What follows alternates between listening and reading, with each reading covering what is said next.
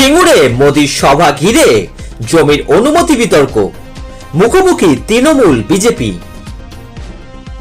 আগামী 18ই জানুয়ারি হুগলি জেলা সিঙ্গুরে টাটা কারখানার মাঠে প্রধানমন্ত্রী নরেন্দ্র মোদীর জনসভাকে কেন্দ্র করে রাজনৈতিক উত্তাপ ক্রমশই বাড়ছে।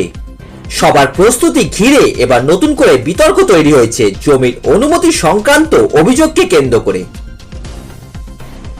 শনিবার সিঙ্গুরের কয়েকজন কৃষক সিঙ্গুর ব্লক উন্নয়ন আধিকারিকের কাছে একটি লিখিত অভিযোগ জমা দেন। তাদের দাবি যে জমিতে প্রধানমন্ত্রীর সভা অনুষ্ঠিত হতে চলেছে সেই জমির মালিক তারা হলেও সভার জন্য তাদের কাছ থেকে কোনো লিখিত বা মৌখিক অনুমতি নেওয়া হয়নি।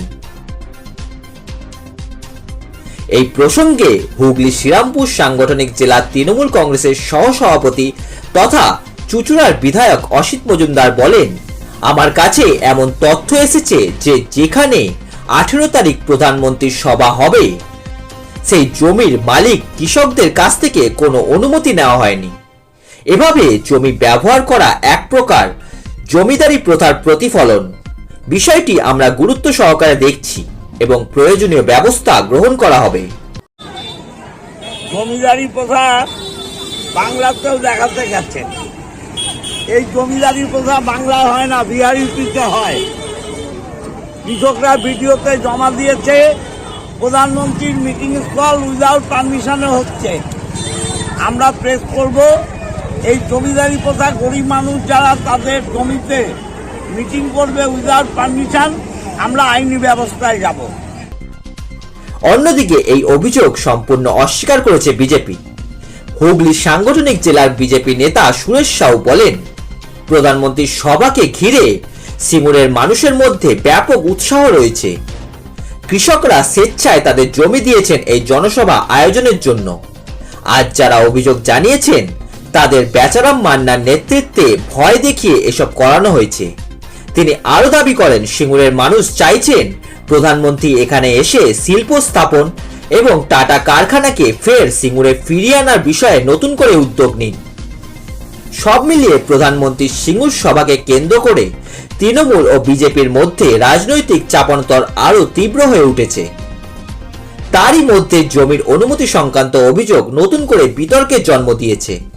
সিঙ্গুরে যে জমিতে প্রধানমন্ত্রী সভা হচ্ছে সেই জমিটা হচ্ছে অল্প একটুখানি জমি বা সামান্য জমি এরকমটা নয়, প্রচুর বিস্তীর্ণ এলাকা জুড়ে আজকে এই সভার আয়োজন করা হয়েছে। একাধিক কৃষক তারা স্বেচ্ছায় নিজেদের জমি দিতে ইচ্ছা প্রকাশ এই কারণে করেছে, কারণ তারা চাইছে যে এখানে প্রধানমন্ত্রীর সভা হোক। তারা চাইছে টাটা যে এখান থেকে ফিরে গেছে, এখানে সেই টাটাকে ফিরিয়ে আনুক ভারতবর্ষের প্রধানমন্ত্রী। তারা চাইছে এখানে শিল্প গড়ে উঠুক। দু চারজন যাদেরকে তৃণমূল বোঝাবার চেষ্টা করেছে নানান রকমভাবে, তারাও বুঝতে চায়নি। পরবর্তীকালে সেই সকল যারা কৃষক আজকে আপনারা দেখছেন ভিডিওতে স্মারকলিপি জমা দিয়েছে, তাদেরকে তৃণমূলের বেচারাম মান্নার নেতৃত্বে ভয় দেখানো হয়েছে এবং এই ভয় দেখিয়ে এই কাজ করাতে বাধ্য করেছে তৃণমূল, যার কারণে আজকে আপনাদের কাছে এই ছবি উঠে এসছে।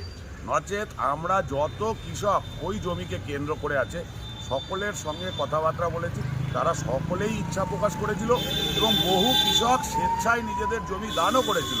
এই যে দু চারজন আপনারা দেখছেন যারা আজকে ভিডিওর দ্বারস্থ হয়েছে, যে আমাদের কাছে মৌখিক বা লিখিতভাবে কোনো রকম আবেদন জানায়নি বিজেপির তরফ থেকে, সেটা সম্পূর্ণ এরা ভয়ের বাতাবরণ একটা তৃণমূলের তরফ থেকে বেচারাম মান্নার নেতৃত্বে তৈরি করা হয়েছে, যার দরুন তারা এই ধরনের পদক্ষেপ নিতে বাধ্য হয়েছে।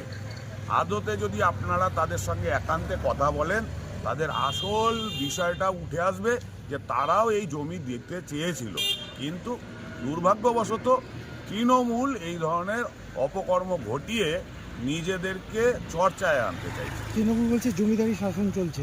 জমিদারি শাসন তো তৃণমূল চালায়। এর জমি দখল করে নেওয়ার এই প্রথা তৃণমূলের মধ্যে রয়েছে।